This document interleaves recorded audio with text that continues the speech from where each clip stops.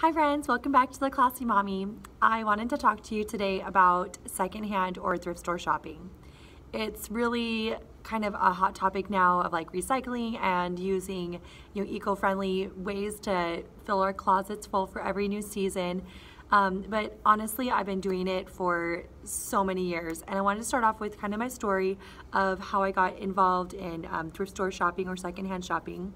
And then I've got 5 of my top 5 things that I consider every time I'm looking at making a purchase. Now, I today really want to focus on the in-person consignment or thrift store shopping, not necessarily online. So my story with thrift store shopping. So growing up, I do feel like I was very privileged. My parents both worked really hard and they were able to support our family well. But like I kind of tell Justin, I feel like on the outside it probably looked like we had everything. We had a beautiful estate looking home.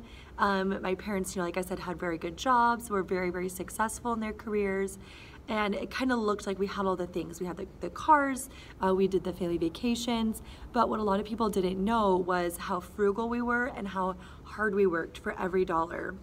My parents worked full-time and they had personal businesses, side jobs.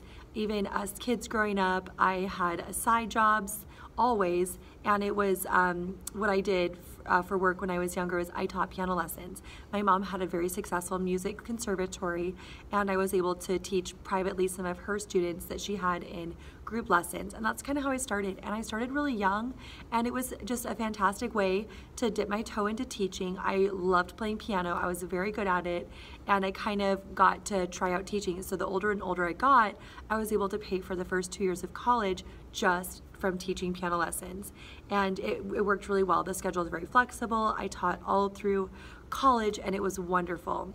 So I feel like I always had, that 20 bucks, 40 bucks in my pocket for discretionary use.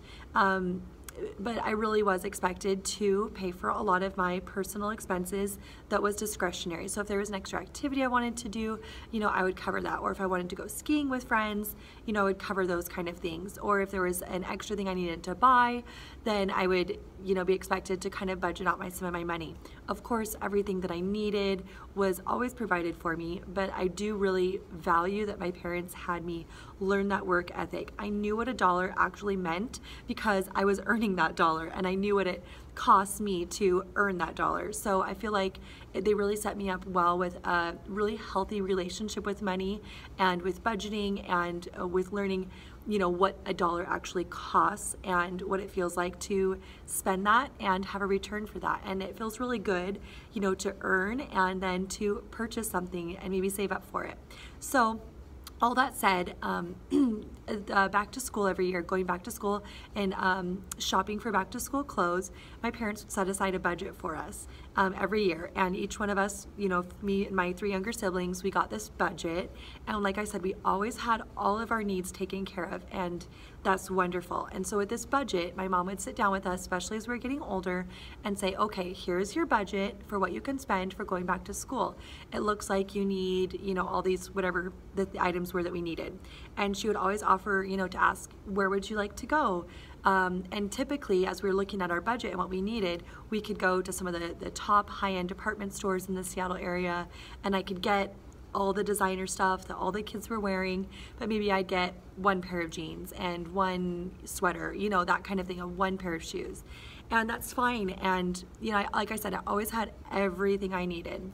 And I'm not saying that I would only have a pair of jeans, 1 pair, I'm just saying like 1 new pair or 1 new really nice sweater or 1 new, really nice pair of shoes or whatever have you. But then we would look at it and we would determine, okay, so that's our budget, that's what we want to buy with it. What are some other ways we could find these items? And living outside of the Seattle area, the thrift stores there were unbelievable. I feel like when I was in high school, I was a very small size. I was about a size 26, 27 in jeans, about a size 2, sometimes a 4, and sometimes a 0. You know, every brand sizing is very different. I'm about a 6 to an 8 now, and I would consider myself a size medium.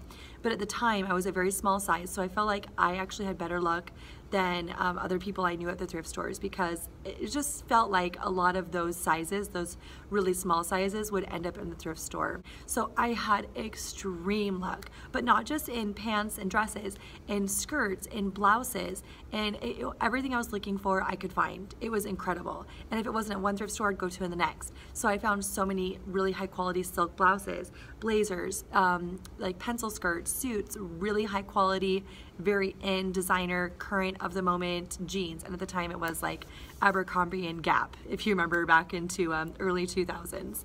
And really high quality leather boots and leather shoes, leather high heels.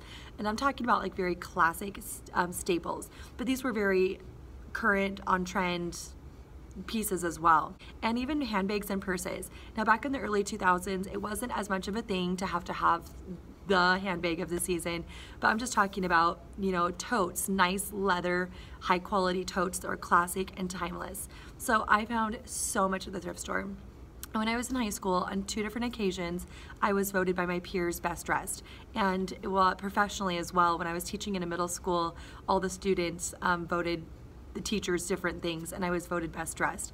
And you know, it was incredibly flattering and I thought really sweet, but probably most people wouldn't know what my budget was. And I wasn't ashamed of shopping at the thrift store. I didn't care. It was the budget I had, and I would supplement it myself. But to me, it just really became like an exciting game. I felt like I wore incredibly high pieces, incredibly high quality pieces, pieces that were classic and timeless. And I feel like the reason why I was voted best dressed was not because of the label that was in my jeans or the label that was on my shirt or whatever have you, but it was because I chose classic styles in colors that were very complimentary to me. And my mom always raised all of us girls. I have 2 sisters, so there's 3 of us girls. We have very different coloring. Not one of us has the same exact undertones and coloring. I'm blonde and fair-skinned, but I'm very much a spring, and I go very warm and neutral. My sister, who also has blonde hair, has crystally blue eyes and pale porcelain skin, and she's a very cool summer. And my baby sister is a winter with dark, chestnutty hair and big, gorgeous green eyes. So we all have very different colors. So, you know, very early on, my mom would hold up a color and say, you know what, Bailey, this is your color. You look so good in this. Or Kaylee, this is really you. Or Brittany, you know, this color looks amazing on you. And really, we'd even just gravitate towards certain colors. So I wore really high quality pieces. I wore timeless styles. I wore clothes that fit me really well, not just the cool style, the cool trend. It's things that really fit my body really well, that were like looked like they were tailored to me, and that always looks more expensive. And then I wore my colors, and I do go very warm. All the springs, like a lot of greens, a lot of corals, peaches, warm pinks, camel colors, navies. I wore a lot of black, which I know a lot of people would say that's not in spring, but I love to wear black and I make it work. So a lot of those colors. I would invest in some really key pieces. And I feel like, you know, in high school, in college, early professional, I feel like a lot of women are still finding their sense of those classic styles and those classic pieces. For example, you know, really high quality leather boots, a really high quality leather handbag. Doesn't need to be the trendiest, just needs to be high quality and classic. And really high quality jackets, blazers, and trench coats. And I got all my stuff at the thrift store, and like I said, you know, was able to supplement that budget with some of my money from working. And I feel like I could have fit in, you know, anywhere in Bellevue. I didn't grow up in Bellevue, but if you're from Seattle, Bellevue is kind of maybe like the, I don't know, the ritzy neighborhood of the Seattle area. And honestly, I would go to thrift stores in Bellevue and Redmond and Kirkland and in all these places where they were kind of ritzier areas. You can find amazing things. Now I live in Idaho, and we don't really have necessarily a pocket or a neighborhood that has a thrift store like some of the ones in Seattle. So sometimes when I go back home and visit, I try to stop by the thrift stores, and I can still find unreal, amazing finds at thrift stores. I have found a couple of pretty incredible pieces in Idaho where I live, but I feel like they're few and far between. There was one thrift store where I found a bunch of Prada high heels. Unfortunately, they were not my size, and they were so well loved. I feel like they maybe shouldn't have even been donated. They were so well loved and in horrible condition. But anyways, so you can find things anywhere almost. And it is kind of fun. But there's a couple things that I make sure I look at before I go or before I buy anything. The number one thing I would suggest is to go in with an open mind. I do always keep on my phone, and I have a little notes app, I always keep a list of things that I found that are missing in my closet that I need, or things that have gotten holes or I need to replace, or any of those kind of items, or items that I'm saving up for. So I always have a list on my phone of pieces that I'm needing. But I would say keep an open mind, because if you tell yourself you have to find one item when you go into a thrift store, you just don't know what you're gonna find. So I kind of go in with my list of what I have. I know what I have in my closet already, and sometimes it's just fun to play. See if you can find anything that just looks like $1,000,000. So I say have fun and play. Now that doesn't really go along with a lot of very popular minimalist philosophies out there. I don't consider myself a minimalist. I do consider myself very picky. So I wouldn't buy something just to buy it, and my next tips talk about that. So I have my notes right here. I've got 5 tips that I feel like can make or break your thrift store shopping experience. Number 1, material. Now, as you're going through and you're just feeling materials of, let's say, tops, you can feel when something feels really high quality. And usually it's when it's a natural fiber like cashmere. I found so many high quality cashmere pieces from J. Crew, from Banana Republic, from Loft, from Ann Taylor, from Equipment, all kinds of brands. I have found so many modern current sweaters that are 100% cashmere, and it's incredible condition, incredible quality.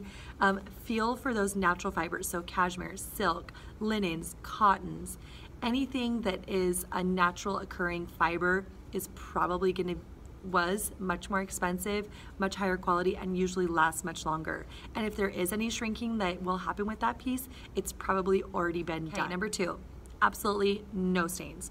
I was recently at a thrift store. I found this perfect pair of white jeans, which was on my list to find. I had never heard of the brand before. I wasn't sure about sizing, but they looked perfect and they felt really good. So I tried them on. They fit like a glove. But on the knee, I found a yellow stain, and I'm wondering if the previous owner had nixed them out of her closet because of that too. So I just knew, if you're seeing a stain on something at a thrift store, it's probably there because someone else got the stain and couldn't get it out. So you're probably not gonna get out when you get it home either. So something has a stain, absolutely no go for me.